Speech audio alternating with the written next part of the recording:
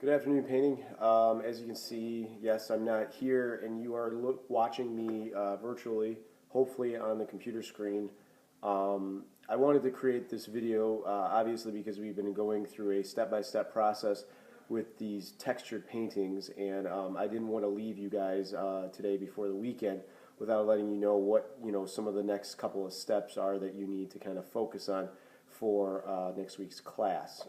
We're nearing completion with this, so the next few steps that we'll be kind of partaking on together are going to be rather quick. Not something that I think is going to be too difficult to pick up, but nonetheless things that need to be explained. So as the video goes, make sure that you either have the substitute pause the video when you need time to work, or if you're watching this on your own through your own personal device like your cell phone, pause it so that you can complete the step, and then you can press play again, obviously, to move forward through the demonstration. For those of you who can't, you don't hear or can't hear from the speaker, there is volume control on this remote. It says it right here. I don't know if you can see, it's probably backwards, but if you press that, it'll extend the volume up and down through the projector. So unfortunately, due to one speaker, you guys aren't going to be able to have side conversations. Why don't you guys take a moment to get all the materials that'll come up on the screen next. Pause this video and make sure that you have everything, that you're ready to go, and we'll move forward.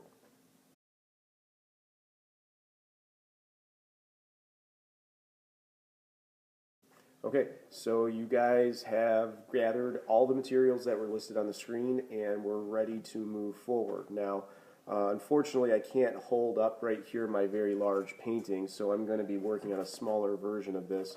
But as I go back and forth to show you guys things, you'll notice that some things don't necessarily look the same as on the screen with your painting.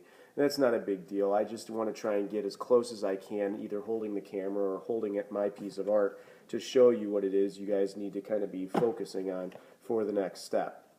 During yesterday's class, what we did was we tore off the tape and we placed the tissue paper down onto the surface so that you guys could start making some texturized trees. I'm going to continue to show you guys how to do that if you weren't here yesterday.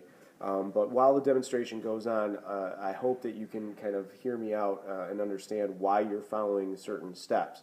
Yesterday, a lot of people kind of just worked through my demonstration and didn't necessarily look up towards the screen. So throughout this, don't make sure you're following the steps and that they match up with what you're doing. Okay? So yesterday, we had taken off the taped edges and left these white blocks. And one of the steps that I said that you should follow is making sure that this area is clean. Now, the majority of people that had like X's here went through with an eraser and erased everything. But there are some that no matter how much you try to erase, the pencil lines just are stuck there. So you can get rid of that by adding some quick white paint in this area. And I'll show you what I mean real quick by just kind of splitting this tree in half. Here's, one half of a squiggly line here, but I've got a really clean area there. I can use this white paint that I have on my dish right there to cover up that area. So before you make any next steps, make sure that you have a clean area to lay the tissue paper, and if that involves painting just some quick dabs of white paint on there, go ahead and do that. So coming back into the painting, you'll notice that there is a little shine right there of my white paint, and that ink that I had just kind of previously scratched in there is now covered up. Working rather fast, I'm going to go to the tissue paper. Now, the key to using this and achieving this textured effect is making sure that you crumble up the tissue paper. A couple people, like I said earlier, kind of weren't watching what I was doing and just doing their own thing and put a flat piece of tissue paper on their paper. And I guess there's nothing wrong with that, but when it comes to achieving that bark or that tree-like texture, it becomes really, really difficult. Now, since the white paint is still a little wet, I can go ahead and lay this tissue paper on. Don't worry about any paint that actually hangs off, or I'm sorry, any tissue paper that hangs off, because we can always trim that off. But you're going to need to then move over to your gesso, or I'm sorry, not gesso, I don't know why I said that. You're going to need to move over to your gel medium.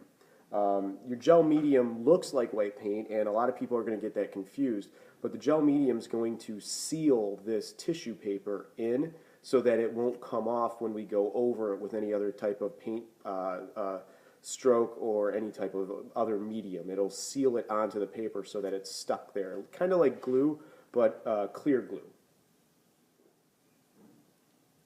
So as we do this, adding the gel to the tissue paper, one of the things that you want to try and do as you paint this on is preserve or make sure that you keep some of the wrinkles on there. I mean, the whole point of putting the tissue paper on here is to achieve sort of that effect. But one thing that is going to happen as you paint and apply some pressure to this tissue paper is you'll notice that you're going to get some of the edges right here that want to kind of tear up. And I think I made the comparison to doing like a collage or a poster board for another class. This is actually a very simple thing to get rid of. But what you're going to do is take your brush and just apply some of the gel medium on that wrinkle or on that fold. So instead of the fold being over the blue, it's actually now over top of itself or over top of some of the paper.